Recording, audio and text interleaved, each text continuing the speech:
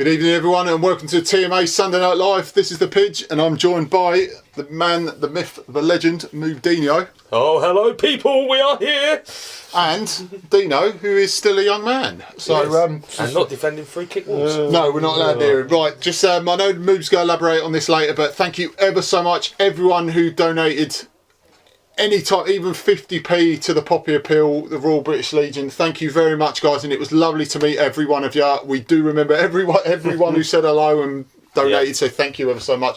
Like I say, I know you're going to do your, probably say your bit as well later. I will indeed. Okay, at 8 o'clock, around 8 o'clock, we've got DJ Callie. Nigel CALLAGHAN is on, so stay tuned for that. That'll be around 8 o'clock. So let's go on to the game that happened yesterday. Fantastic, second win in a row, another clean sheet. And the two magicians on the score sheet, and success. Yes, and a success on top. It was very successful, literally, wasn't it? Oh, there we go. Oh, what can I say? What can I say? I think we are back. You know, I think they've proper flushed that Bournemouth game out of their system. I thought very solid performance yesterday. Impressive with the fact that we went unchanged again. I think that's a credit to Gracia. And his management, you know, he's decided. Yeah. You know, you boys did the job at Wolves. Yeah. You earned the right to keep those shirts on. Yeah. Good God, it's just got bright in it. Goodness gracious, great balls of fire. But, exactly. But yeah, it was, like I say, a good performance, solid. Yep. You know, Messina, I thought played very well. Him, I was very impressed with him. Second full Premier League start, first one at home. That was a plus for me. Pereira and Delafeu were big plus points for me. Yep. They were just terrorising Huddersfield's back line. I think they were glad when the full-time whistle went because they'd clearly had enough of those two at one stage. And yeah, again we've scored three at home, and all three goals were absolutely magnificent. If you were sitting around me yesterday, you would forgive me for shouting shoot to Pereira, especially when he kept weaving in and out, because all I wouldn't do was hit the bastard. But he decided, he'd do his mazy little run. I thought that was very poor defending, I've got to be honest. The first one was shocking, It was atrocious, really, weren't it? Yeah. But I can't take anything away from it. It was a magnificent performance from start to finish. I've got to be honest, second half, first 15-20 minutes, we did look a little bit, we sort of stuttered a little. I was thinking, and just got going. It took a while to get going. Yeah, we took a while to get going again, and I was thinking, guys, please don't let them score. In all fairness to them, to Huddersfield, they did come at us, and I said they would. Well, Foster done two magnificent saves onto the bar in the first half. Exactly, that was another day they go in. Exactly, on another day they fly in the back of the net, and no one and you just pick them out of the net. Yeah. But yeah, they come and had a go at us, and it was only when we really got the third goal that we actually killed them off. Yeah. Because I think they realised then it was like, there's no way back. So, it was good to see success up top, because he gave him the Dini role for me, because he was superb. His control, he was strong enough to hold them off and bring it down, bring them into play. And I'm like everyone else, I was very happy to see him score, because he deserved a goal. He worked bloody hard that game. He was everywhere. I was going to say, he did deserve a goal. He did deserve his goal more than anything. That was a just reward. And I think you could sort of see Gracia's face. He was like, you've gone and got your goal. You're in the team and you've scored. I like it, And that's sending a message to the others, especially Mr. Deeney sitting in the stands with his hamstring problem. Well, we didn't have much of a hamstring problem. He was letting me past the rookery yesterday. Yeah.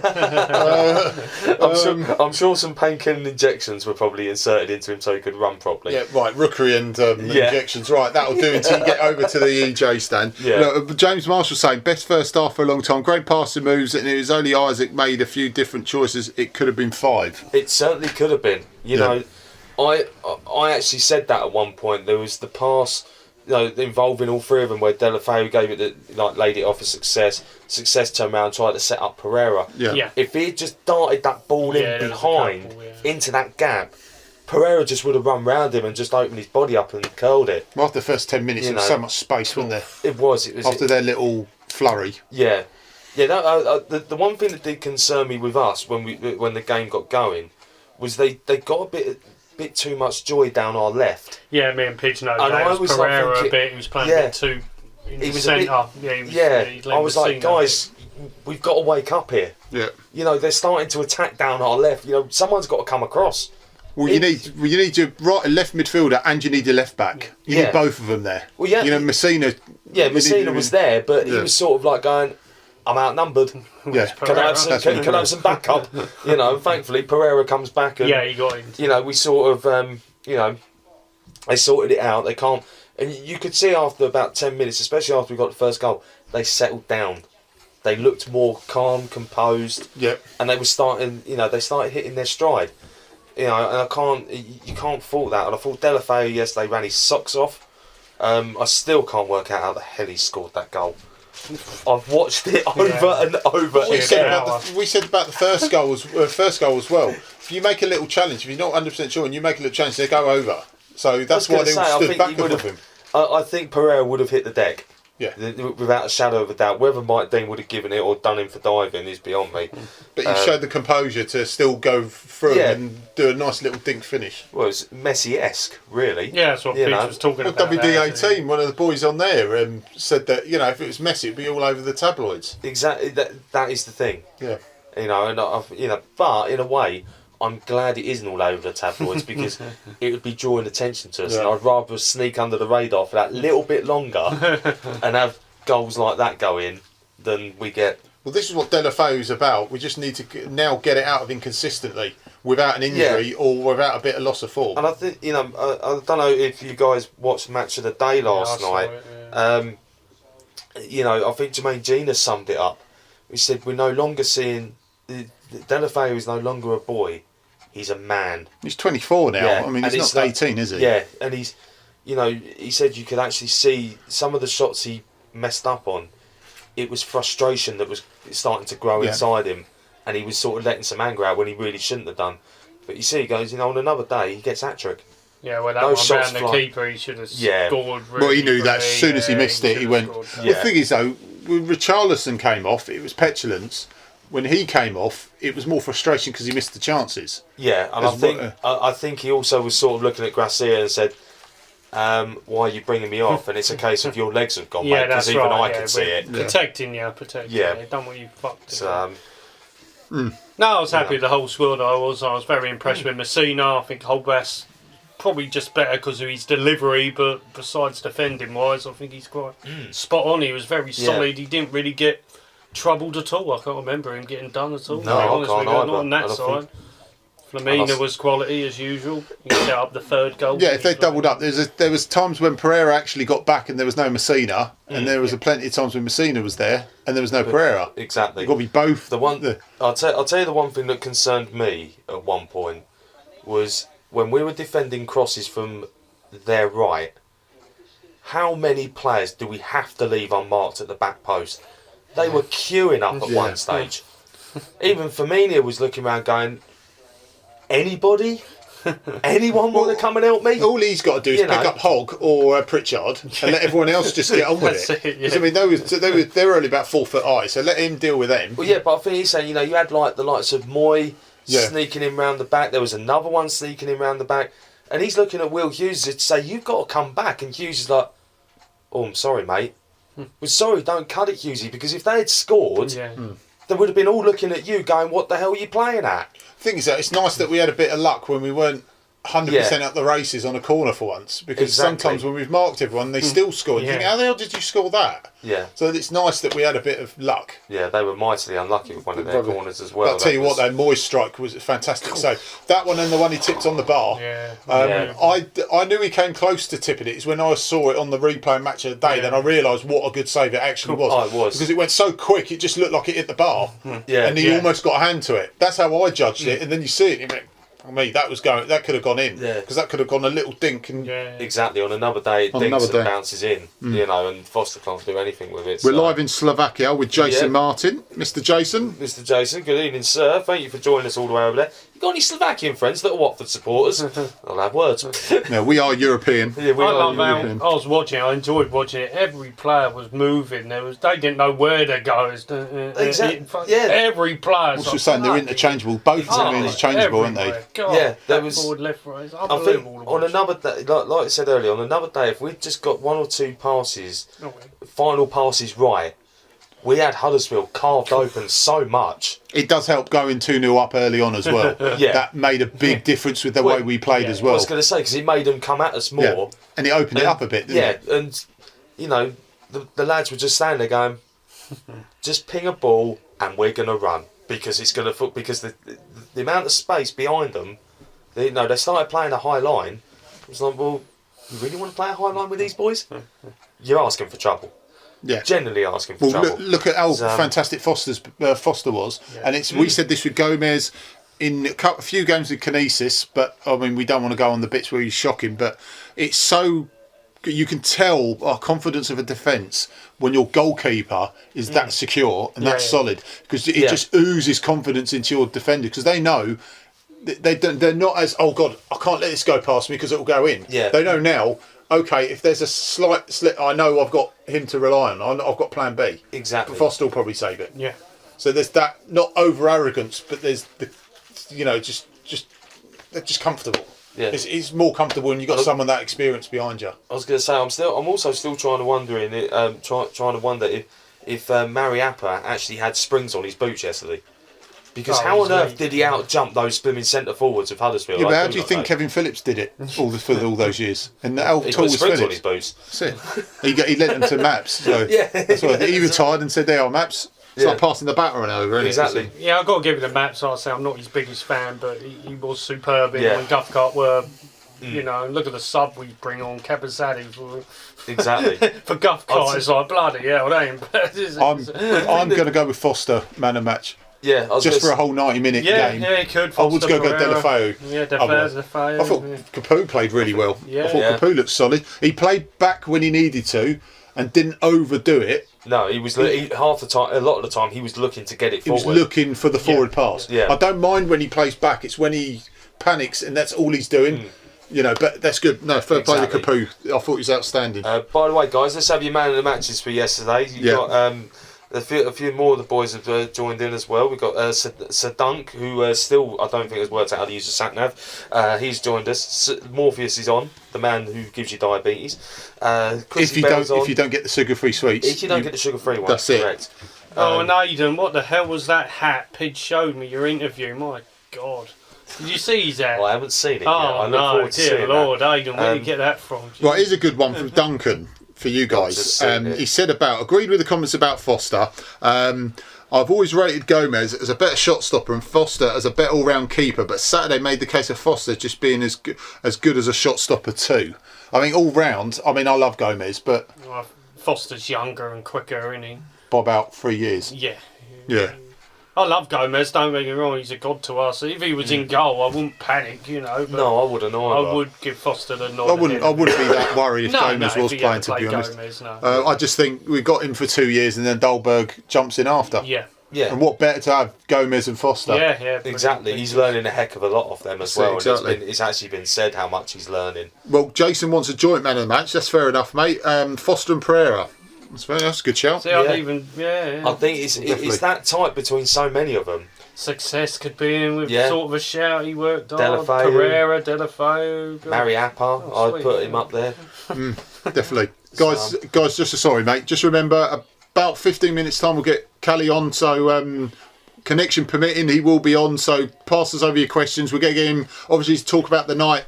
Next Friday, they've released some £30 tickets, I believe, some extra ones. Yep, apparently that's what I've been told. So that's all well and good as well. If we're talking about that, we'll try and eke as much information about his time at Watford without spoiling it too much for everyone who's going on Friday. So we'll try and get some of that. That's at 8 o'clock. Did you see, Moobs? Their tallest player was taking the throw-ins. That bloke, I don't know, what was his defensive name? midfielder. He's on FIFA 19. Yeah, what was his name? You know, the one. He's one of the youngsters. I didn't mind him. He wasn't a bad little player. He didn't look a bad big player.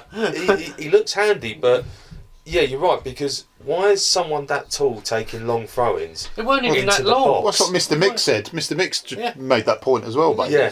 You put him on throwing duty. You really are showing your cards far too early. But the throwing weren't even that long though. No, that's the thing. It was struggling to make the 6 yard line. The cards they were using are obviously Pokemon cards because you know they weren't exactly. We start putting Harry Kane on corners. That's what I said. As soon as you went, what the hell is this bloke doing? Number 8. Yeah, you said that. So it's Harry Kane. It's like a version of Harry Kane. So for me, that's stupid by Huddersfield. You've got the tallest.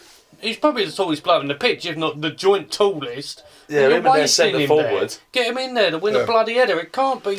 It's not hard, is it? I mean, you put the tall guys there. There must be someone who can throw it near the penalty spot. That's put that little the only midget on excuse. there throwing it and bloody put the big bloke in. Thing is that's the only excuse I would say I would give. He's probably the only one who could hit the penalty spot because every throw pretty much hit the penalty spot. Yeah, but I know what you mean. It's right. I mean, if you're a manager, obviously you would put him. Why don't you take a short one and they put a cross in and he tries and wins the header? Yeah, it depends. I mean, you're looking at that then. You're saying you've got to mix it up then because otherwise we'll just stick someone there every time. But you would think that as well. Mix it up a bit and just put one on the crosses. But I love our third goal. That was brilliant. Oh, that was lovely. Me and Pidge saw Maps offside, and he was a decoy, and he's going. Right, guys, can I just shout out for everyone? Our heartfelt condolences to everyone involved in the helicopter tragedy at Leicester. There's more details to follow. So we did post something yesterday. Well, personally, I posted something yesterday, but until they give us 110% confirmation,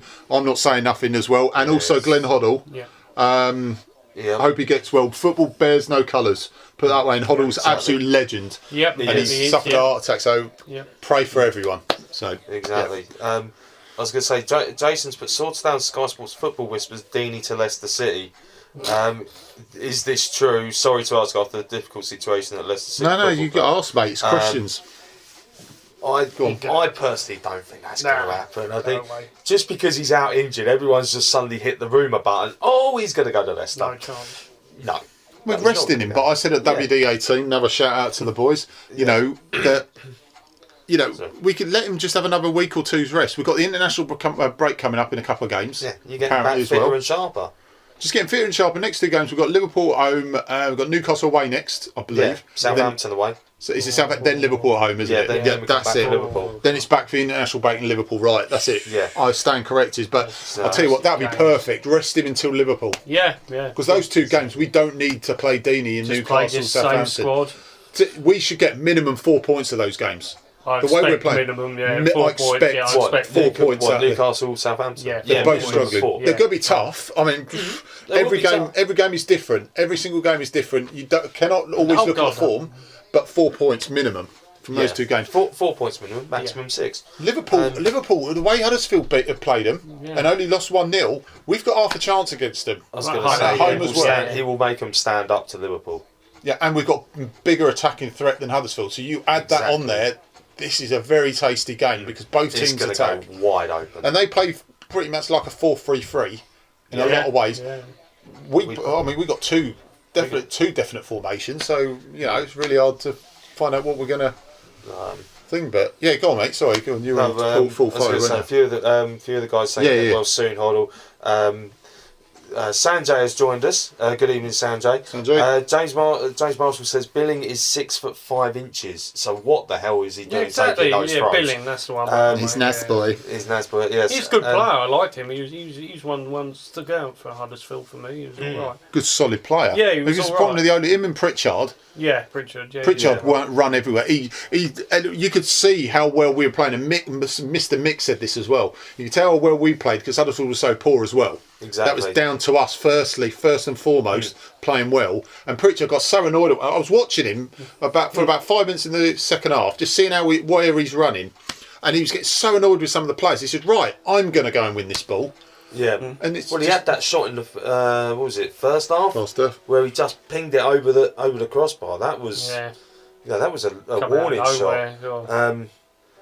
Sanjay's right. More points than our first than our first Division 1 season. Mr. Callahan is now watching as well. Callahan, Callie, you'll be on very shortly. Evening, sir. Chrissy Bell says, thought Isaac did well in the last 2 games. He has done very good. He did very well. And that's what we can rest him. We can rest Deanie now, knowing in full well he's playing well. Sorry, go on. I was going to say, success has justified himself being put into the starting 11. He has, he's worked hard. Truly justified. He was back defending at one point. Yeah. It was like a right back, and then he's bombing forward. It's like fantastic. Well, Kaka's come from nowhere, so we've got him now ready. Exactly. So when the hell do you unleash him? Jesus Christ. He waits a long time. You can just see Everton, he likes Everton. Just bring him on at the 10th of December at Everton away. Yeah, he loves Everton. Keep him terrorise him. And then, when we play him again, when is it? In March? Yeah, something like that. Then bring him back on as well. Get rid of him. Just send him out alone to Bologna or something. Yeah, Duncan says he thinks Dolberg's going to go out on loan next season to get match sharpness. With Backman coming back as a second choice. I'd say get in January. To be honest, I would say get him out on loan in January for 6 months and then assess it. And send him in the Championship. And then see how toughen him up. If Foster carries on this form, then you definitely have him as number 1 next season. Yeah. And then assess Dolberg's situation at the end of the season after a 6-month loan. That's what I would do. I think unfortunately, Dunk, I do not think the club is going to be able to persuade Gomez to stay one more season. No, he's already said he's going to retire. Made it. He's made it abundantly clear he will hang his boots up. I can't see the point final of game. him staying another season. Unless he's not knocking him. If you're not going to play, what's the point? He's one season to nurture him, and Gomez, the absolute professional, he's staying to, to keep himself, help out, be ready when he needs to be a perfect squad player. And a perfect gentleman. Great player. Yeah. But it was. Fozzie gets my man of the match. A lot of people said Foster. We will get that back up. On the forum, guys, I will start putting up man of the matches as of next game. So I know we're lacking a lot of it from this season, but I will start putting man of the matches up straight away after every game, hopefully. So look at what's that space. Right, sorry, Matt, go on. No, I was going to say, Chris says a coaching role for Gomez, top man. I've got a feeling he's going to walk away from the training and playing side of things, guys. It sounds like he wants to be an agent. He's got taste for it, though, hasn't he? Yeah, he's got the taste for it. So he's going to have to wait and see what he announces. We'll wish him best of luck in any venture, and he's been superb servant for the club. Oh, Jason Martin, a very interesting question here. Jason, this is a good one. I like it. On a Sunday. On a Sunday, indeed. This is a. Who do you see as a future captain? Go on, mate. I'll let you answer this first. Future captain. Yeah. I've got my one, but I'll let him. That's an interesting question. Yeah, it's a good one. You do yours, Pidge. I'll think of one. Wait a minute. Hughes. Yeah, I like that. Yeah. Because of his Hughes. Tell me what. My vice captain would be Hughes. Chalobah.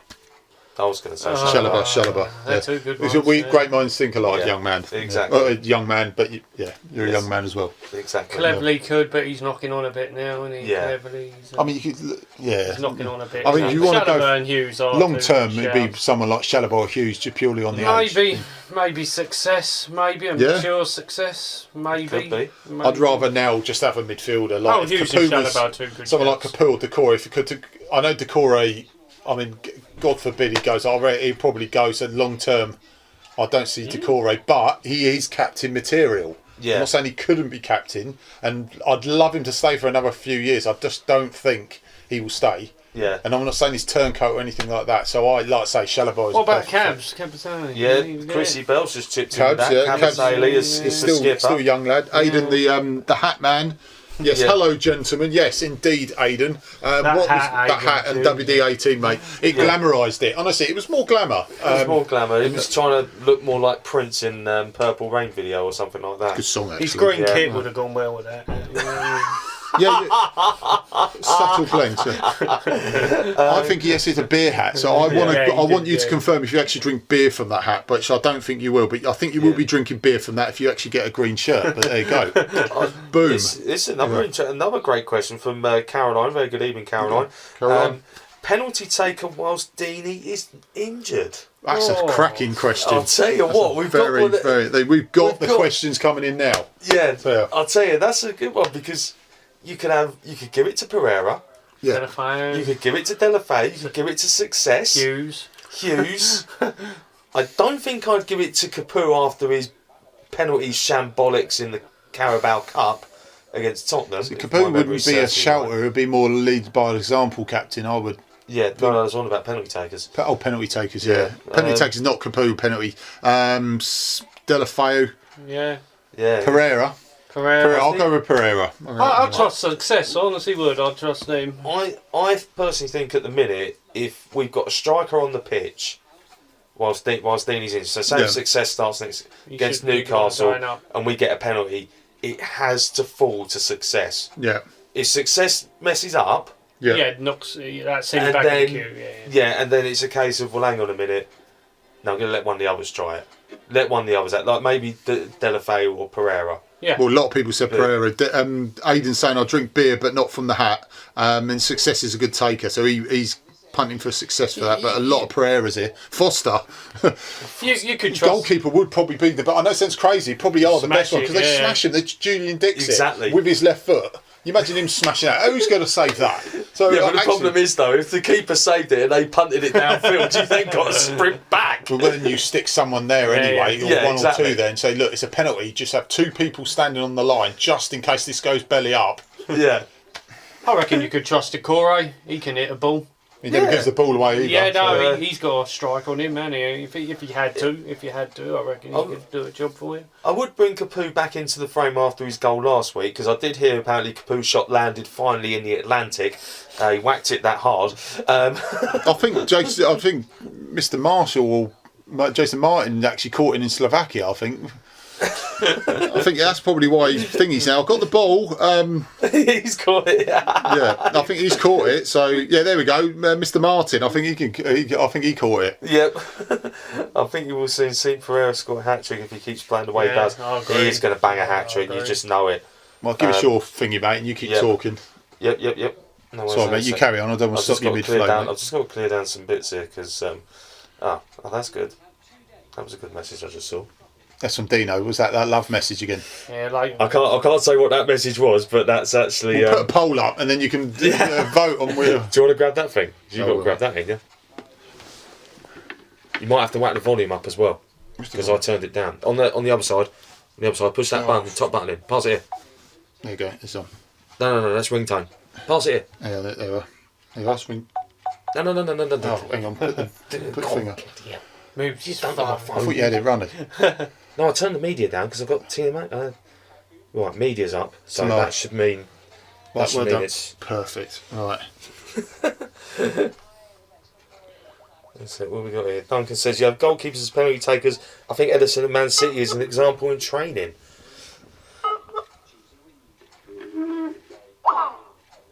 Nigel isn't online. Right, let's have a look. See if we can. Right, let's get on your thing. Right, keep talking, mate. We'll get him. Yeah, no, I'm just looking back for a Duncan also says Pereira seems a good choice. So does James Marshall. Jason says it as well. Woody says Foster. Actually, Woody, you haven't said no yet. That's a miracle. Bjorn says I agree with Foster. Woody says he keeps playing, so let him have a go. I would let him have a go. I'm guessing Pereira. Yeah, why not? He's on fire, isn't he? What's he got? 5 goals? What's your Windows Messenger, mate? 5, yeah. Just go in the Messenger app. Hang on. Positive. This is not answering on that one, so we'll get. Right, keep. No. Yeah, keep giving us your man of the matches, guys, and put your questions through because we're trying to get hold of Kelly. So, he's active there. Right, okay, let's get Kelly on here now. Duncan's come in with no, so he's trying to take Woody's spot. It's a speaker, brilliant. I don't know if you, to be honest.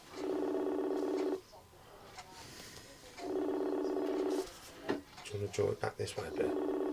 Well, no, because it's louder there. Oh, yeah. Mr. Nigel Callaghan, thank you. Hi guys, I'm just trying to get this video on. That's all right, mate. We'll do audio if you want. Okay, let me just. I can hear you. There we go. I can see you guys now. Fantastic. Evening. Things. Evening, yeah, not bad, mate. Right, everyone, Nigel Callahan is on the TMA podcast, guys. First one this season. Right, first and foremost, not Nigel, or DJ Callie, as we can call him as well. Right, the event next Friday, mate. Callie. We did have him. Did have him. Go on, Callie. Sorry, guys, I'm having trouble hearing you at the moment. Right, can you hear me now? Yeah, that's a bit odd. Brilliant. Okay. Yeah. We said the event on Friday. They've released more £30 tickets, and it's selling really well. Yeah, I believe so. Obviously, obviously. I think he's got a sound problem. Yeah, so I'm told. So hopefully there'll be a lot of people there. I'm really looking forward to it. You know, I've not seen John for a long time, so it'll be a good little reunion for me and him, really. Yeah, I bet, mate. I mean, the two wing wizards from the 80s. I mean, what kind of stories have you got? That's fantastic. Too many to mention at the moment. We had some laughs back in the day because.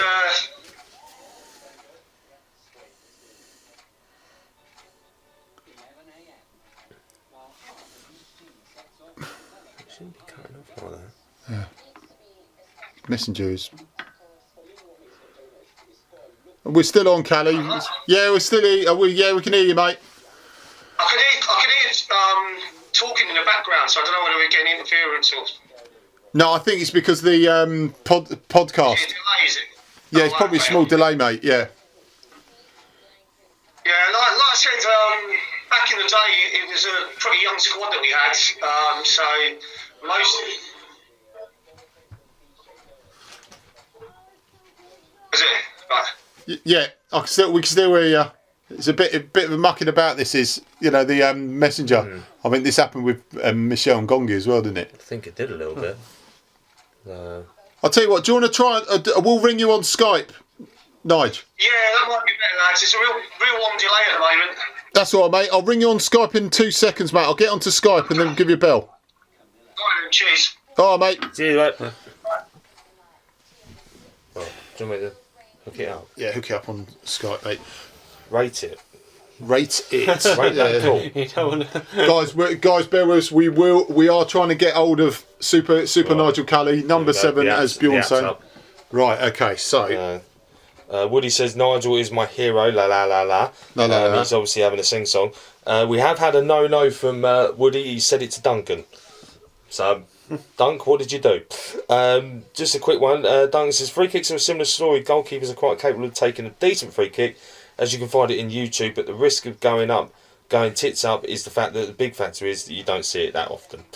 So, I think that rules that one out. Jason's put he'd love to see Panoranda and the Colombian kid, Hernandez, that won't be bad, playing the Prem next season with us, because he says providing they get their work permits. Well, we know for a fact Hernandez, Hernandez, Cucho Hernandez, right, he is.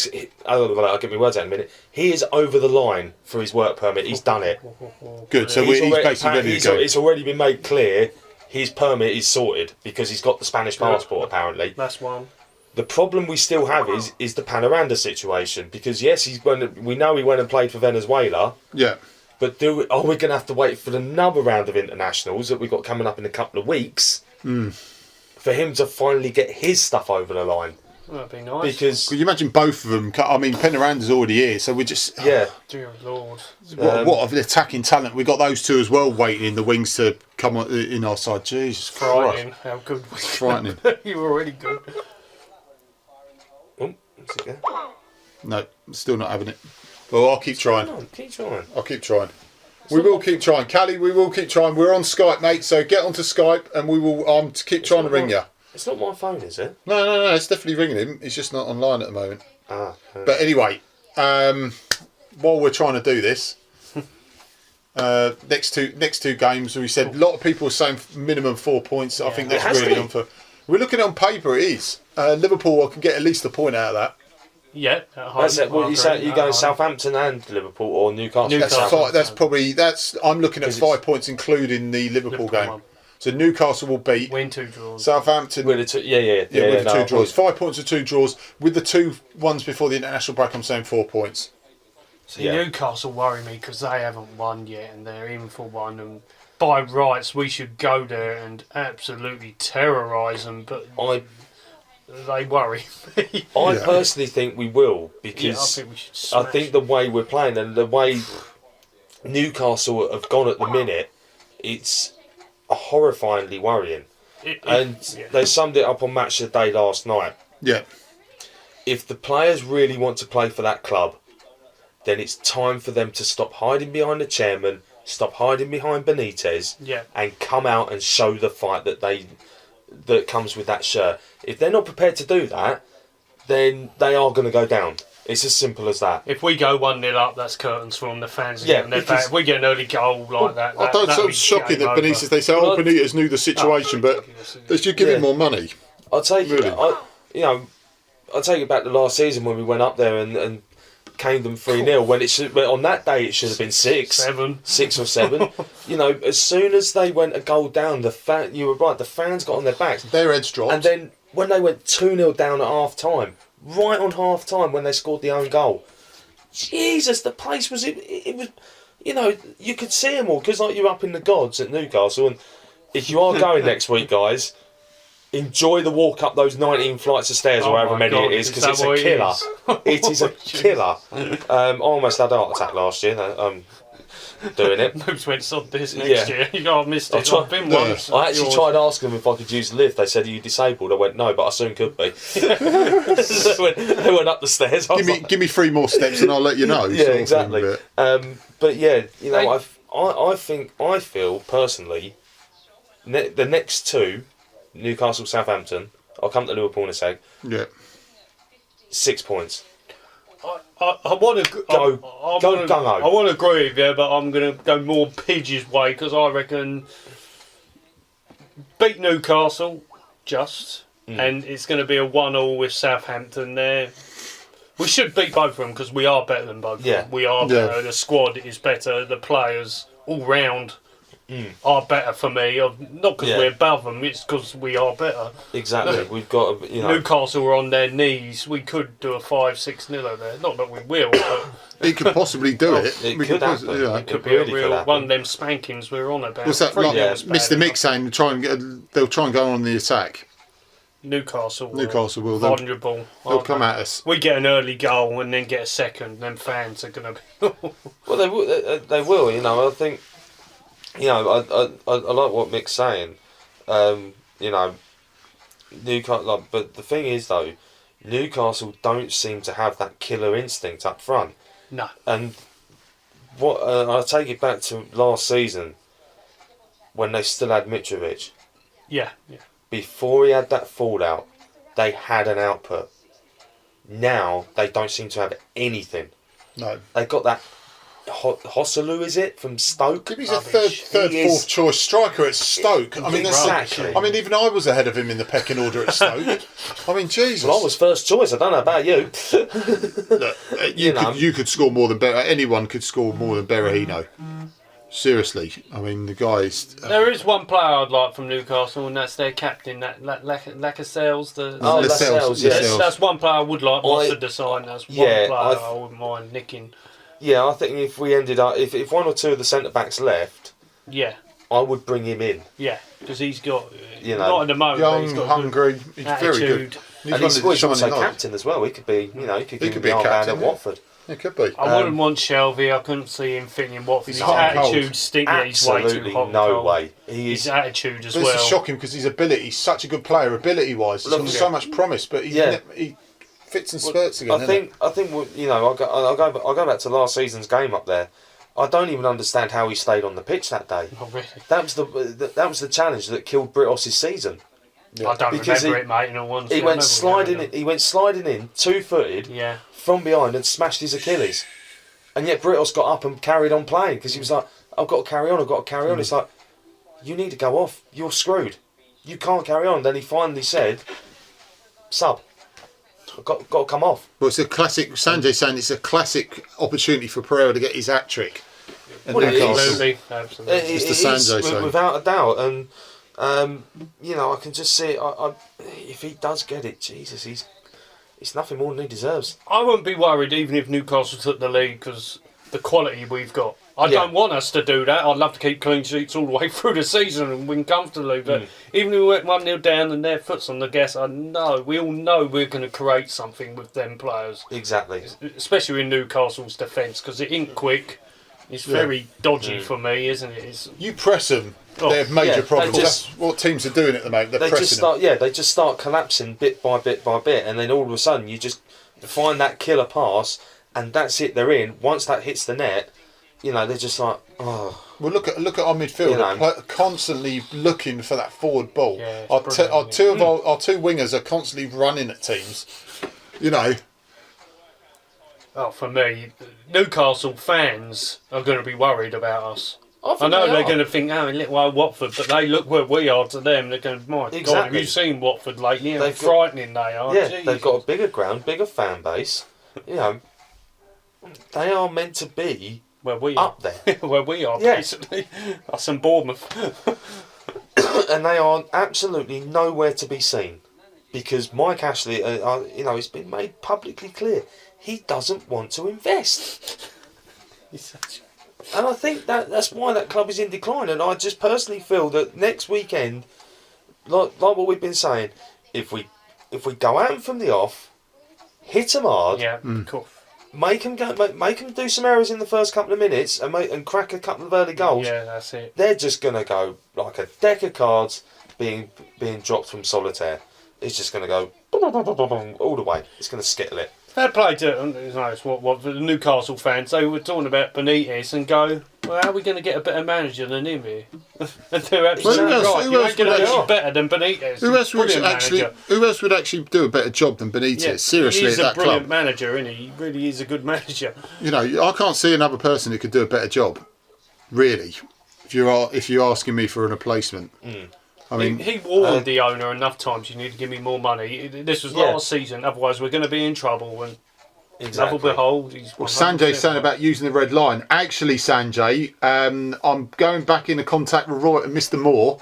And when we eventually get to another game, we're going to look at doing it from the bunker.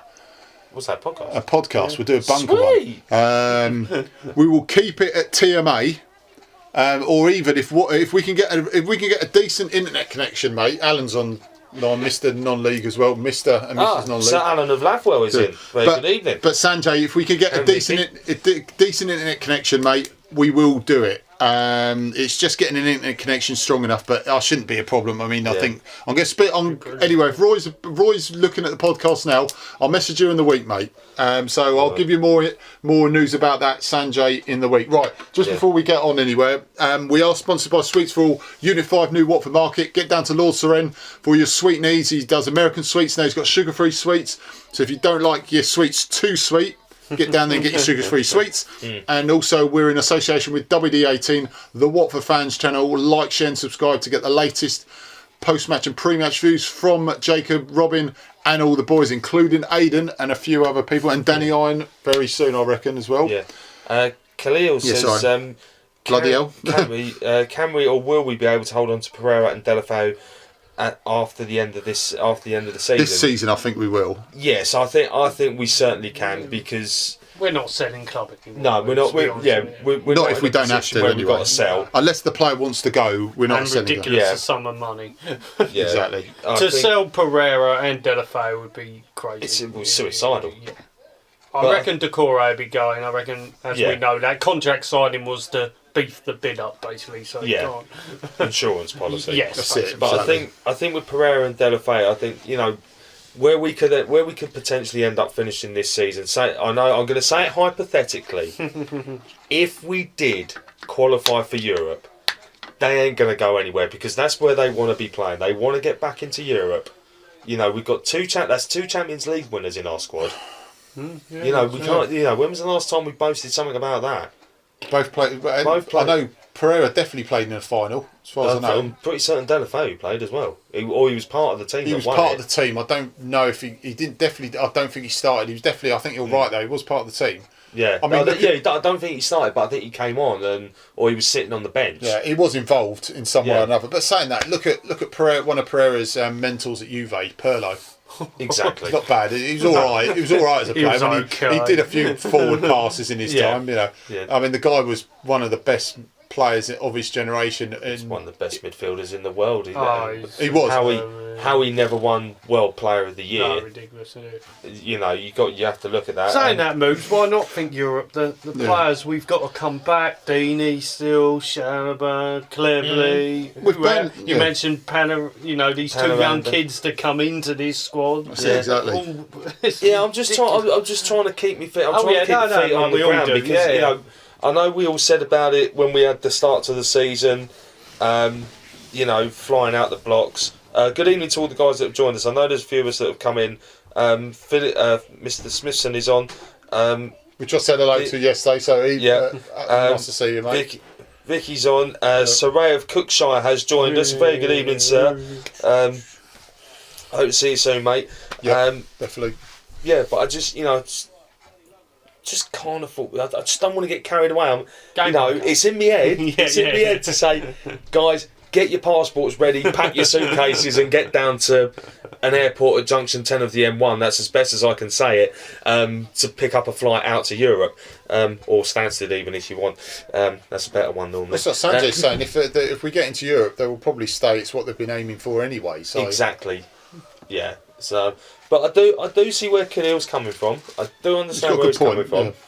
You know, as some of us joked yesterday, sitting around us, if Delafeu keeps scoring, will Barcelona try to buy him back instead of trying to get Hernandez? Well, they did that with Everton, didn't they? They did that at Everton. Yeah. A couple of times they tried to buy him back, and I told you about those clauses he had every season. Yeah, but I think he made it clear to Barcelona last season, I'm never going to come and play for you. No, because he's not going to play. He won't play regularly, is he? Exactly. He's going to be he's going to near enough, not start every game, but he's going to play a bloody good amount. He's going to be one of our main men. Yeah. Pretty much guaranteed he's going to play, barring a system change or a bit of lost form. So what would you think? And you're still playing Premier League football. You regularly. said he likes playing with Firmino. That showed it yesterday. They were enjoying themselves. That link of Firmino. We just need to really nail in that left-hand side.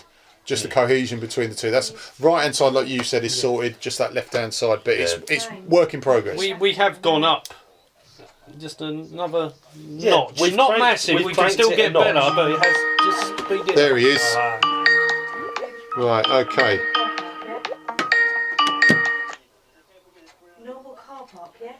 Right, Mr. Callie.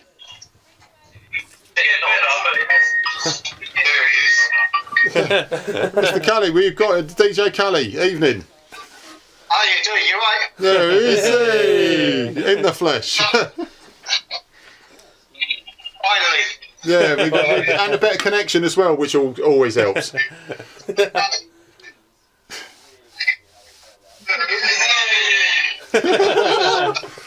It's a little bit of a delay, Callie. Up a little bit. That's it. Yeah, but Callie, about Friday night coming up. Like you were saying before, it's going to be a great night. What a night with you and Barnsley. Brilliant. I bet you can't wait. Yeah, it's going to be good catching up with John. It's been a long time. Obviously, I've seen him on TV quite a bit. Yeah. It's probably the first time we've met up for a good 15 years, I think. So it should be a good night. Yeah, brilliant. And like we said before we got cut off, the amount of stories that you guys could tell. I mean, we don't want to ruin it too much, but what was it like working under Taylor? It was good. I mean, he was very strict. You didn't dare step out of line with Taylor in charge. But we had some good laughs. He used to say to us, the sooner I get you lot married off, the better. He says, because the squad was so young. We was always going out when we could go out, and sort of there was only a few married lads in the squad really. So he he was keeping his eye on all of us. You couldn't go anywhere with him knowing what he was doing. But I know these guys will probably want to say something as well, but just once again, just thank you ever so much for taking time to chat to us, mate. I know I've been nagging you for a few months now, so thank you ever so much. No problem. Evening, Callie. What do you think of? I just wanted to ask you about how you feel the boys have been like doing this season. You know, like we've all been talking about it with like the strong start and everything. Do you reckon they can kick it on this season finally and crack the top 10? Yeah, hopefully. I mean, like I think they've sort of solidified their place in the Premier at the moment, and they're looking quite comfortable. They had a great start to the season, lost a few matches, but now they've got the wins back on trail again. And, you know, hopefully if they win home games and pick up the points away from home, they get, you know, they'll be top half, possibly top 6 with a bit of luck. Yeah. I mean, that is music to my ears, young man. That's all I can say. You know, all them years ago when we finished runners up to Liverpool, the only reason why we never won the league that year was because we didn't win as many games away from home, and we didn't beat the sides that we probably should have been beating, whereas Liverpool just destroyed sides in them days. Yeah, oh God, I mean, you one hell of achievement. I mean, you beat them as well. I mean, it's a one hell of achievement. Yeah, I think we beat them at home, but it's funny. My career as a footballer, I played with 3 teams, and I never once went to Anfield or Goodison and won a match. Jesus, that is one hell of a stat. I still couldn't get a win. Oh man, that's. I remember playing one game against Liverpool away from home, and I think at one point we was 2-0 up, and Taylor said to us at half time, keep playing the way you're playing, because they'll have to play out of their skins to beat you the way you're playing at the moment. And we ended up losing 4-3. Oh, God.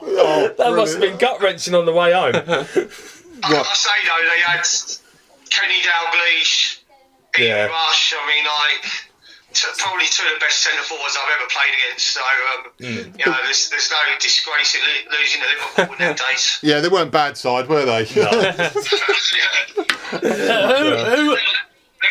Who's the best player you played against, Kelly? In them days, you know, you used to get away with a lot harder tackles. Oh God, proper tackles, proper tackling, Callie. I'd get kicked at least 7 or 8 times when I fought back before the referee and even before having to work with them. That was just before kick-off. They were a naughty side, you know. They didn't think twice about going over the ball on the tackle. Some of their players, Dalglish, all them lot, you know. But they play good football. But like, you know, in them days, you had to have a bit of hardness in you, and you had to have skill. But otherwise, you know, I mean, you look at some of the players diving about these days, and it's comical. Oh God, it's shocking at times. Who was the best player you played against?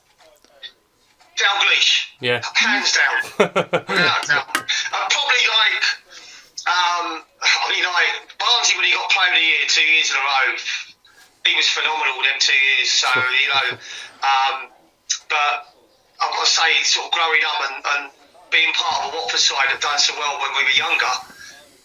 You know, you get to play against people like Dalglish, and you realise what a great brain he's got, and you know he was 2 moves ahead of everyone. Well, Stuart Higgins is saying, Stuart Higgins has said, "Hi, Callie. Remember you living with my pal in Linden Lee all those years ago? I hope you're keeping well, pal." Yeah, cool. He's got a good memory. Yeah, go on. Yeah, I can't go that far back. Callie, I can't remember last week, mate. So I mean, you're doing really well. You can't remember yesterday. Some of these late nights, so DJing and football don't go together, I don't think, because sort of getting in at times when most people are getting up for training. Yeah, well, and it's probably you probably excuse me, you shoot me down in flames with this question, but what do you prefer now? If you had the choice when you started, DJing or football? There is no choice. Yeah, that's what I thought would be a stupid question, but I know a couple of guys asked anyway about the choices, because I mean, obviously now you're really doing really well with your DJing. I've enjoyed the DJ. It was something to fall back on after I gave up the football, but I had a bit of a bad time at Villa, and I really lost interest in wanting to play. And I had a break for a little bit, and then I came back and started training with Millwall. Luckily, Mick McCarthy allowed me to train with Tom Wally, because Tom Wally was a youth team coach. Oh, yeah. So I started in about October. My God, I tell you what, you don't half lose your match fitness. I mean, it took me nearly 3 months to get match fit. Oh, wow. Cool. And the first game I got to play in the reserves for Millwall that year was in January. But I never got offered a contract, and I ended up going back abroad to work, and then I had a little session in South Africa. I played over there when the inauguration of Nelson Mandela, so that was an experience. Wow. But I was 32 at the time, and you get to a point where I've got to say, how many years have I got left as a footballer? And nobody was really sort of taking me serious as a DJ because I was a footballer. Yeah. So I just make a decision on what to do, really. Yeah. Just before, I know Moobs has got another question, but Ray Cook saying, Callie, you remember the Bailey's nights? Oh, I love the Bailey's nights. That's stitched up as a DJ. I had this portable DJ box that used to go on. It was virtually on the roof, and it goes across the dance floor. And it stops in the middle, and they got me to do a little bit up there, and then stitched me up and left me up there all night. Brilliant. You want it, you got it. There was another one at Bailey's. They got this because they used to have live acts on all the time, and they had this DJ's box that comes out of the ground. It's on hydraulics, and he's got me DJing, like, give it a big one on. Nigel Callahan's going to DJ you up. And the crafty buggers, they turned the power off. And of course, as soon as the power went off, this DJ's box started disappearing into the ground. I was just left standing there doing nothing. Oh, no, look, they stitched you right up there. Oh, man. They used to have all the Observer Awards there, you see, Bailey's. Oh, yeah. Oh, God. I don't know whether he went to any of them, but there was some good nights on them awards. Steve Harrison doing "This Is Your Life" on Graham Taylor and stuff like that. Oh, brilliant! I don't know whether you know, when they've done "This Is Your Life," they brought his two daughters out, and one of them was John Barnes, and the other one was Kenny Jackett. Oh, classic! Oh man, I bet they were good-looking ladies, weren't they? I bet they were.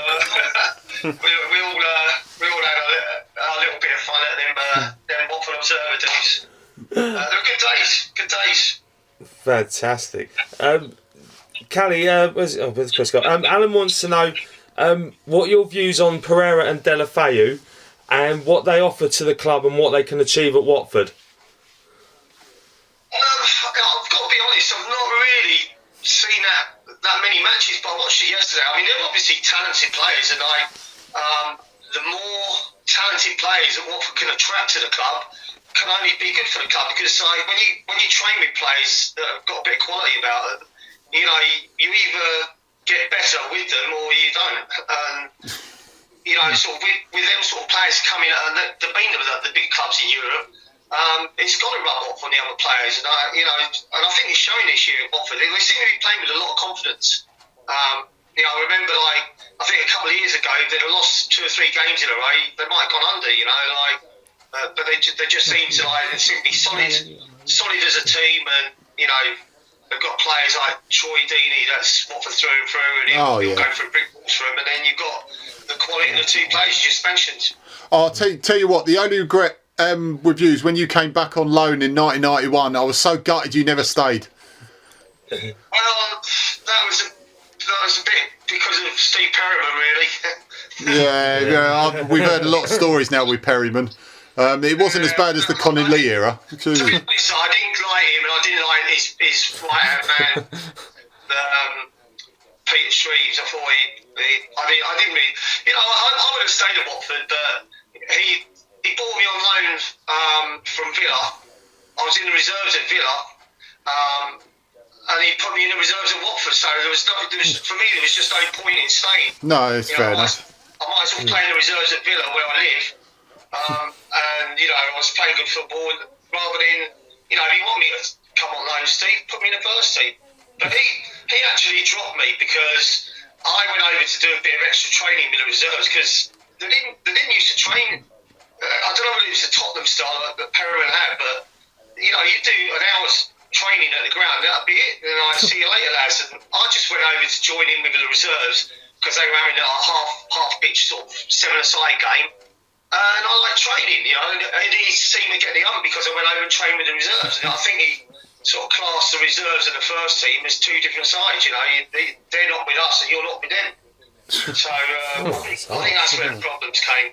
No, it's shocking because wouldn't you think if you saw a player going, right, I'm not satisfied enough, I'm going to go in the reserves and train even more. Wouldn't you say, right, I'm having him in the team, the attitude's spot on. Yeah, exactly. Yeah, I mean, like, that's the one thing that Taylor done with us, you know. He said to all the players, he said, listen, he said, make sure you tell your girlfriends or your wives that don't make any plans for any afternoon this week apart from Friday. Friday's the only day we'll do half a day. So don't make any plans for the afternoon because you'll be back out practicing the position you play. So he'd have me putting balls into the box and John, and Luther Bliss here, whoever's up front, would put the ball into the empty net. And you'd be surprised that a couple missed. So it was, you know, it's not being funny, but it's just like, it was just getting you into a habit of delivering the balls and putting the ball in the back of the net. I know the keeper's not there, but put it in the back of the net. Yeah, it's match action. You're doing it at match pace as well. That helps you because it's trained in your brain then, isn't it?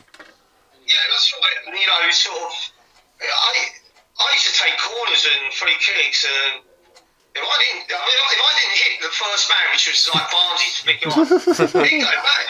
I'll get a bollocking, like. So, you didn't want bollocking, so you made sure that you sort of practiced and you got your crossing right, and you know, luckily I think I was a good crosser of the ball, so it was beneficial for me to keep practicing. And you know, look, the players that you tell them that players practice now a lot, and with these free kicks that they're putting in the back of the nets, you know, like unbelievable skills, some of them. No, brilliant, mate. Callie, Chris has put a question in. He said, can you ask Callie's memories of Billy Harris? He was my uncle and was a physio under GT. I remember him telling me Callie had the biggest legs at the club. Said they were like tree trunks. Unfortunately, Bill sadly passed away recently. He put on the end. Oh, that's a shame. Yeah, Billy was funny as a physio. You go into the training night, into the physio room, and he'd sit you on the table, and he'd have a prod about with your leg, where you know you've had a knock or something like that, and then he'd turn around to you and he'd go, I don't know, Kelly, what do you think? Oh, Jesus. You're the physio, Bill. That sounds like a bit like 2 seasons ago, doesn't it? Exactly. Watford. Yeah. I did have big calves, though. I had massive calf muscles, and but Billy wasn't nowhere near as frightening as an old boy called Pat Malloy. Yeah. He was a physio at the club many years ago, and he was there, and he's still doing a little bit when he's about 70 years old. But oh my God, when he had a scalpel in his hand, he used to have he had the shakes. Nobody wanted to get on the physio table with Pat Malloy with a scalpel in his hand. Brilliant. Oh, they should do that now. That's one way of getting them off the treatment room. Yeah, move quick then. Yeah, well, he used to like get all your hard skin off, you know, like you used to have to break in football boots, and in them days the boots were so soft you had to get them broken in, and so you used to get a few blisters in pre-season and stuff like that. You know, if you got blisters, you always got to send a Pat Malloy. Oh, no. Oh, you take it to your mix and put a plaster on yourself. Jesus Christ. Oh, man. What was your... I'm sad to hear that Billy's passed away. I didn't know that. Yeah, Chris said it was recently. So. He's a great bloke, Billy was. Absolute gentleman. What was your best memory of Graham Taylor? What was your favourite time with him? God. You know, we had a sort of bit of a love-hate relationship, you know, but I enjoyed playing for Watford. I didn't like it when he decided we were going to do a physical day, because you know, he could run, that guy could, you know, he used to send us on 12-mile runs, and he'd do the rumblers, and there'd only be 5 players in front of him at the end of it. Wow. Jesus Christ. His favourite trick was on a cold winter day when it's absolutely chucking it down with rain. At the end of training, he'd sit us down under this bloody oak tree, and it's dripping all over. You're freezing your nuts off, and he's just talking, and there's a little bit of spit on the end of his lip. It was like a bubble, and it was just like bubbling away as he kept talking, and he'd catch one of you sort of like not concentrating, he'd just shout at you, and like, and that'd be his way of just saying like, it's only rain, you know, sit under it, it's only rain, it's only a bit of cold. Get on with it. Graham was a character himself, but you didn't want to cross him. No, definitely not, mate. Oh, thank you very. I mean, before we ask you any more questions, sorry, you know, thanks for us keeping you this long, and not trying to ruin your night Friday with too many antidotes and stuff. So, thank you very much, mate. There'll be plenty more. Whoever's going, guys, still tickets, guys. Look on the event page on TMA for your link to the tickets, guys. So keep buying. I've got to tell you one story. Right? Go on. I'll give you one story that was a cracker. we had a guy called Roy Clare. He was our kit manager. Roy Clare, yeah. Roy was ex-RAF. Right? He tried to run his kit station like the RAF do. You know, we used to wind him up. The young lads, me, Kenny Jackett, Steve Terry, Barnsley. I always used to wind Roy up. And then, of course, the Falklands War came, didn't it? And we was playing football for Watford at the time when the Falklands was on. So he decides he's going to get his own back on us. So we got up the next morning and there's some letters from our letterboxes, and they were call-up papers. And we was all working ourselves. I've gone in and I've gone, Kenny, have you had a call? We can't go with footballers. And then after all that, I mean, because Taylor was in on it, after all that we found out that Boy, because he was ex-RAF, he managed to get some heady paper and typed out these call-up papers for us. So fair play to him, he got his own back. I remember Roy Clare, rest in peace, the great Roy Clare, because he passed away mid-90s, I think. Oh, man. Like I said, there was a lot of characters down at Watford. It's a shame at the moment. I mean, like, football's just become a business, you know. Back in them days, football was football, and we was a family club. You know, everybody from the tea lady up to the players knew each other. And I'm not saying it's not like that now. I'm just saying it's become such a business that you know, sometimes the little things get forgotten about. Yeah. I think, to be fair, the Pozos, with the money they've spent, they're trying to honour the past as much as they can. They've really had a go. They're doing all right, you know. Like to be fair, they've invested in the club and they made the club better. And you know, it's you know, I think they've come in and you know, sad to hear the news at Leicester yesterday. I mean, that guy came in and done a lot for the club at Leicester. You know, such tragic news, but. Yeah, they come over and I think they've tried to keep the Watford family sort of traditional atmosphere in there. And they brought in players and you know, they haven't sort of scrimped on the money or anything like that. So I think they've been good for the club. Right, and at your peak, in today's market, if you were around in today's market, how many million you reckon you'll be worth? In my peak, I'll put you off a few million, wouldn't I? Yeah, 1 or 2, you know. I wouldn't mind the bonus that comes with it. It's just the agent fees that probably sting you, won't they? 320 quid a week was the most I was on at Watford. Wow. Jeez, and then people are on 320 grand a week now. It's crazy, isn't it? I think always get that now. I think some of the youth players at like Chelsea are getting 40,000 a week. Yeah, it's just ridiculous. They haven't even made it. Yeah, no, I mean, like, I remember going with Tom Wally when he was at Millwall, and they were in the semi-finals of the Youth Cup, and he said to me, he says, "Callahan," he says, "you've got to come to this match with me tonight and watch this match." I said, well, okay. He says, we're driving to the ground. He says, see this United team? He says, this United team are all signed on 5-year contracts. They're all pros, junior pros now, and they're on about $5,000 a week. Cool. This was Beckham, Nicky Butt, Ryan Giggs, the Neville brothers. That team was unbelievable. When you look at where that team went after that. Cool. And you played against them? Jesus. 17, 18-year-olds on $5,000 a week. In them days, that was a lot of money. Oh, God. I mean, in 50 grand in 2000 was just obscene money. When Roy Keane having that sort of stuff. I mean, I think he deserved it at that point. He was amazing, wasn't he? But, you know. Jesus. 320 quid. You can tell it was the love of the game when you were playing. Yeah, for sure. I mean, people ask me what sort of buzzes you get out of football. The two buzzes you get out of football is when you run out of that tunnel to a full house, and you hear the roar of the crowd. When you score a winning goal, no better feeling in the world. Yeah. That's the biggest shot of adrenaline you'll ever get. You score a winner. Scored a winning goal in a match. I remember back to the Man United match, first game of the season on Match of the Day. And I think I got the equaliser in the last kick of the day. And it was brilliant because 54,000 people in Old Trafford and 1,000 Watford supporters cheering in the 90th minute. It was brilliant. Oh, brilliant. That'd be one hell of a sight. Especially even back in that day, that'd be just absolutely amazing. Mm-hmm. There's one more. Yeah, just that first year that we got into what is the Premier now, the first year was just like, you go to grounds like Old Trafford and Liverpool's ground, and it was just brilliant. It's like every young footballer's dream. No, but oh God, I bet. Moobs.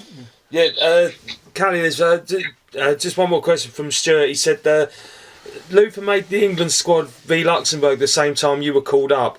What an amazing day for Watford. Had you both started? I never actually made the first team for England. I played in most of the under-21 games. I played in the final where we beat Spain. But I was meant to be. I was on the shadow squad for the England side that went to South America. But obviously, when we played in the cup final against Everton, Trevor Stevens he was having a good season, and they took him instead of me. So that never really happened. But it was good. Being in the under-21s, it was brilliant. Winning the UEFA under-21 cup final against Spain was just like, it just sort of made up for it a little bit that we lost to Everton in the final. Yeah. Cushion the blow a little bit. Perfect remedy.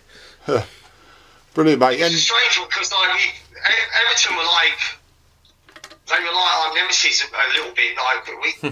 We team were struggling against. There was a player called John Bailey. For some reason, I always used to find it hard playing against him. Sort of when we got Everton in the final, you sort of thinking, oh God, I've got to go up against him again.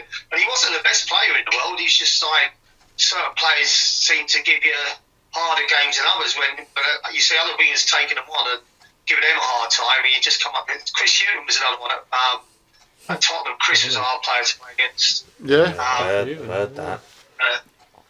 Funny thing about it was I saw John Bailey about a year ago. I went up to Everton to see a mate of mine who was playing in a charity match, and they let people actually play in these teams so they can play on the Everton pitch. And afterwards there was a little meal and we were upstairs and Pat Nevin was sort of hosting it, and John Bailey was the guest star, and I've not seen him since we lost to Everton in the final. So I said to him, you do realise you ruined my England career, don't you? God, I bet. Oh God, that is one hell of a story. That. It was funny, sort of actually seeing him again. It's quite a funny bloke as well. So. Oh, brilliant. Oh, fantastic. Callie, thank you ever so much, mate. It's been an absolute honour and a privilege speaking to you, mate. Thank you ever so much for giving your time. No problem. Thanks for plugging the event. To anyone listening out there, come and join us. It's going to be a great night. A lot of laughs, and be nice to see you. Yeah, no. Exactly. Cheers. Thank you very much. Take care. Take care, mate. Take care, man. Bye. Bye-bye.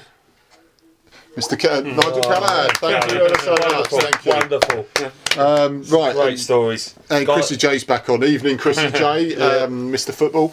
Yeah, go on, mate. Yeah, guys, cheers for all those questions you sent in. We did try and get through as many as we could with that. But yeah, that was that was brilliant. There was some wonderful wonderful insights there.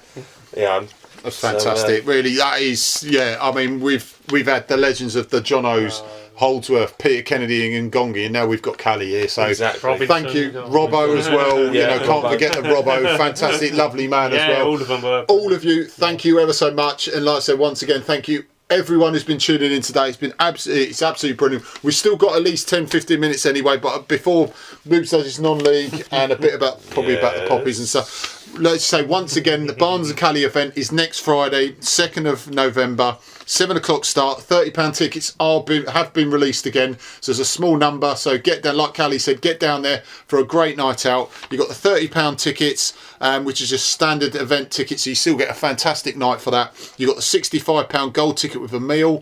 £85 gives you a VIP ticket, meal and a photo. And you also got the top range one, which is £115, which is a 30-minute meet and greet with John and Callie themselves. Before the event, you can take selfies and get your items signed. So go onto our events page. We'll post it up on the main forum as well, but go to the events page for Thursday and Sunday nights. We've got a direct link to the tickets. So if you can make it next Friday night at 7 o'clock, go and order your tickets there before you go. So like I say, once again, thank you very much, Callie. Good show, pleasure, mate. You've made it a good show as well, and as everyone has. But Callie, thank you ever so much. So I believe it's non-league time. Yeah, I'm rubbing my knees. Just give us 30 seconds. Oh God, no, it's the volume. It's that volume again. That's my fault. My bad. Oh, just shout out Ashby St Eve before he does the non-league. Ashby St Eve. Google Ashby St Eve, and get on there for your superhero T-shirts from Watford and other clubs. So you've got fans that support other clubs. Get on there, Ashby St Eve on Google, and gifts and souvenirs by Jim Cook. Fantastic designs. Message him as well, because you never know, he may be able to design it as well. So big shout out as always for the logos and the brand new logo Thursday night as well. And also Paul Muzzy, like, share and subscribe on YouTube for all these vlogs. Fantastic vlogs. So, and Graham Laycock's mugs. The day I stopped supporting Watford is the day I stopped breathing. They're still on for the epilepsy charity. So message Graham Laycock for your mug. $7.99, I believe. And it's a great charity. It's the epilepsy charity. Yep. So you're doing your bit, and it's a fantastic mug. We've got 2 or 3 here. So Graham, once again, as always, thank you very much, mate. So yes, right, on to non-league, young man. Right, I've managed to sort myself out, because that was freezing. I thought we were going to have a problem. Right, guys, it's non-league, which means for another week, it's back! The non-league paper, your best paper for your non-league stuff. £1.50 from all newsagents, supermarkets and petrol station forecourts. Brilliant paper. Too sweet. Right, here we go. There's been plenty of non-league been going on lately. There's been plenty of non-league. Unfortunately, I do have to start with a little bit of sad news that Hemel didn't make it to the first round proper. Lucky. They were taken to a replay on Tuesday at Oxford City and were comprehensively spanked. No. They lost 5-0, which wasn't good for them. But yeah, unfortunately, they didn't make it. But on to more brighter news. A huge well done to Bourne Wood, local team. They won 2-1 at home yesterday against Bromley. It didn't really get much better for Hemel after losing 5-0 in the week, because they went to Eastbourne yesterday and lost 3-0. Talk about a bad week at the office. St Albans, meanwhile, they bucked the trend. They decided to have a 3-2 win at home against Slough. In front of 779 people. That's really good for them. Good attendance. I'll tell you what, though, I think Wealdstone had the best one the day. They went down 3-0 at home to Torquay in front of 1,200 people. Cool. You cannot get better than that. Yeah. There's also been a non-league FA Trophy first qualifying round. This is one where it's basically their equivalent to the FA Cup, I think. Mr. Lathwell will probably elaborate on that one for me if he can. But yeah, Chesham United played away at Haringey. They picked up a replay. Unfortunately for Hitchin, they didn't fare too well. They went down 1-0 at home to Hayden Yedding. Kings Langley also crashed out. It's not been a good day. It's not been a good weekend for them. Kings Langley went out at home. They went down 2-0 to Needham Market. Don't ask me where that is. It's in the market. It's in the market somewhere. Berkhamsted unfortunately went down 2-1 away at Chipstead United. And Dunstable lost as well, which not good for the locals. It wasn't good, and to make matters worse, Aylesbury had a game as well in the league against Corby, and they lost 5-2. Damn. It's an absolute shocker. Golf fest, that is. Yeah, but guys, just to let you know, I always say go and cheer on your non-league teams. At the minute in the National League, if you get a chance, go down and watch Bournemouth. They currently sit 11th in the National League. National League is one below the Football League, or League 2. But in the National League South, where you find the likes of Hemel, St Albans and Wealdstone, Hemel slipped a bit again. They're back down to 16th. St Albans and Wealdstone are bucking the trend. They are 6th and 7th respectively. But guys, I say it every week, and I really mean it. If there is a week when Watford are not playing at home and you're not going to the away game, please check your local newspapers, check your local go on the internet and just have a look, because if your local team's at home, please get down and support them. It's an afternoon of footy. You know, if you want your football fix, you don't really want to listen to Paul Merson trying to really make himself sound intelligent. Well, it'll take years. Yeah, you know, get on down there. You know, and support support the local non-league teams. Because every time you go through go through the turnstile and pay, that's money back into the club straight away, and it helps them out in a big way. You know, you might have heard me in the last couple of weeks. There's one or two teams really, really struggling in different leagues. One's up north, the other one's down south. One of them could potentially actually be going bust, and that is terrible. I mean, absolutely terrible, because we don't want to see it. No, don't ever want to see it. So guys, please, if you can, go and cheer on your local teams. I can actually confirm Hemel are playing at home this Tuesday.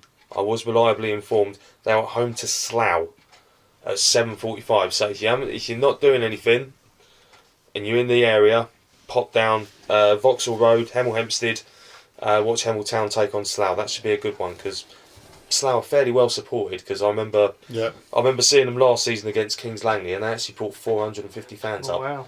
They've always had a good following, especially away. Yeah, exactly. Yeah. So, yeah, guys, honestly, please, if you can, just go and cheer on local teams. And also, if you do go, take some photos and post them up on the forum as well, because we'd love to see them.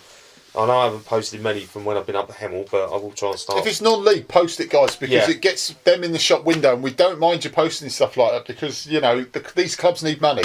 We don't want to see anyone go under, like you've just mentioned. Exactly. Grassroots is, you know, it's the start of everything. Yeah. A lot of players have come from grassroots. Exactly. A lot of players. You think there's been, you know, over the years, you can probably... Vardy and Mikel Antonio. Yeah, exactly. Tooting and Mitcham and... Kettering, I think. Kettering for Vardy, Tooting and Mitcham for our very own Jay Demerit and Scott Fitzgerald with Northwood. Northwood boys got picked up, so you know it is there. It is out there. So honestly, guys, please, you know, just go. Even if you only go once, that one time, it is perfect. And the best thing is, you can actually go and buy a beer and stand with the beer whilst you're watching the game. You haven't got to drink it in the clubhouse. And then go and watch the game like you have to do at Watford. These games are on as well. I mean, you know, I'm drinking beer and there's a game on, you know, while I'm here. Exactly. You know, pretty much. Mr. Higgins has said I've mentioned a swear word in someone called Merson. Yeah, I was going to mention Merson. He actually got something right about us winning, doesn't he? Yeah. Kevin Phillips. Exactly. Kevin Phillips, Woody, what's going on Mr. there? Mick, Kevin Phillips, just Kevin Phillips, Just yes. Kevin Phillips, just Kevin yes. Phillips. It's like me saying Craig Ramage, just Craig Ramage. Oh, God, there we go. But he provided the... So that's why Phillips scored so many goals at Watford, because he had Ramage behind him, so there you go. That's all I can say. An hour and 25 minutes, mate. Oh, man, how did that happen? But yeah, honestly, guys, like I say, go on. Don't forget about this non-league paper. It is a brilliant paper. It gives you every single insight. It does that. They do interviews with players, managers from all over the place. They recently done one with Dean Brennan former Hemel manager who moved to Billericay Town. They've done one with him. So it's, you know, honestly, I know it's £1.50, but it's the best £1.50 you can spend. It's a very good paper. Yeah, I used to get it when I used to go and watch them all those years ago. I always used to get the non-league paper. It's brilliant. And I'd just like to confirm our adopted non-league team, South Park. They didn't have a game this week, so unfortunately we can't say what their result was because they didn't have a game. The mighty South Park. Kenny lived this shit. Yeah, Kenny lived this week. He did not get killed, and Cartman just went and carried on eating, I think, like he normally does. And killing hippies. Yeah. Killing hippies. Guys, just remember, as always, the new Thursday night preview show is out, obviously on Thursday night, 7:30 till 8 o'clock this Thursday night. Me and the young man will be joined by Mr. Begley again, aka Brian Adams. So he'll be giving his insight on the following game against Newcastle later. So he will bring in his Geordie accent with him, hopefully. So we'll see if we can get that as well on there. So that's what about the guitar? Yep, then the guitar as well. It's like summer of '69 with that guy, but there you go. Yeah, and he'll run to you as well. Exactly. So yeah, definitely. But he won't be waking up the neighbours. That's all I can say. But they're on house arrest. So there we go, mate. You can tell I've got the album, mate. I spent £8 on it. But that's once again, guys. This Thursday night for half an hour only, 7:30 to 8. So, and you got anything else, or are we going to just make out that about you not being happy? Because apparently you're not happy. I'm definitely not happy. Also, I've got to say about the Legion thing as well. Yeah, please do, mate. Get that out before we go. Just want Woody's elaborated on Kevin Phillips. Apparently, he was at Bulldog Town originally. Fancy, £10 from Bulldog Town. Next, good shout out from Mr. No himself. Yes, Mr. No, well done. He's in the know for once. Guys, I'm just going to quickly mention something like Pidge mentioned at the top of the show. A huge thank you yesterday for everyone who put money into the buckets for the Poppy Appeal. Yesterday it was the official launch day. It was the first day of collecting. I've got to say a big thank you to also the Royal Scots Guards who were down, who you probably saw wandering around as well. They were helping collect. You know, it's been brilliant, and we will get that money will get counted very soon. As soon as it's counted, I'll get a total. We will announce it on here. I will not announce it anywhere else until we've done it on here. So there was a heck of a lot of money raised. I know that much because the buckets were blooming heavy to carry. Thank you ever so much. Like I say, thank you so much once again, guys. And also, just one more thing. Even though they haven't played today, the ladies. Guys, don't forget about Watford ladies. If you've got a Sunday afternoon spare, 2 o'clock, Kings Langley Football Club. Take your season tickets down there. If you haven't got your season ticket, it's £6 to get in. If you do take your season ticket and show it on the door, half price. You can't get better than that. It is a wonderful afternoon out. You get to watch the girls, and honestly, the girls really do appreciate everyone turning up to cheer them on, because they really, they need it, and they're doing so well at the minute. Only 2 defeats this season in the league. They're fantastic. Flying high. They haven't had a game today. I do believe they've been given the weekend off, but they have got a couple of home games coming up on November 11th, which is Remembrance Day, and the following week, November the 18th as well. They will be back in action at Kings Langley Football Club. So if you've got nothing on those 2 Sundays, weather permitting, of course, because it is that time of year, then they will be playing. So 2 o'clock, can't go wrong. Right, that's it. Right, guys, look, from me, he's going to say he's not happy, so we'll go find out why he's not happy, as usual. But, guys, thank you ever so much. Mr. Nigel Callahan, thank you ever so much. Thank you. And everyone as well, on top of that, you guys make this podcast what it is, guys. So it's big thank you out to all you guys as well. So I'll see you Thursday. Right. What's Woody put? I can't even work that. Get Deano a quilt. He's nodding off. Right? Yeah. Sleeping pills. We'll confirm. No, that was Chrissy Bell. That's Sir Chris of Belshire. Woody says, "Are you ... Is he ... happy ... That's what we're going to get to. I don't think you're happy though, are you? No, unfortunately not. You lot again have annoyed me this week. I'm going to explode one of these days, guys. Come on, Tonight we've had the man, the myth, the legend. We've had Mr. Nigel Callahan join us tonight. Brilliant tonight. Can't thank him enough for joining us. honestly, guys, please go and tell them. Go and tell all your friends about all of this. You know, we've had the main man on tonight, and your friends have missed out. Why? Because you ain't been telling them, have ya? You ain't been telling them. I've got to be careful because Taylor might wake up in a minute. I better not wake her up. Guys, please go out and tell everyone you know who is a Watford fan. Tell them to come over here. You know, we're going to have more. There's more former player interviews lined up. We can't confirm who they are yet. But honestly, please tell them about what we are. Tell them what we do. You know, just put the word out there. I can't put it better than that. Surely You can't. You really can't. No. But so, well, on that note, it's good night from him. Good night from him. It's good night from me. No. It's always good night from Deano. Thank you very much, guys. Thank you.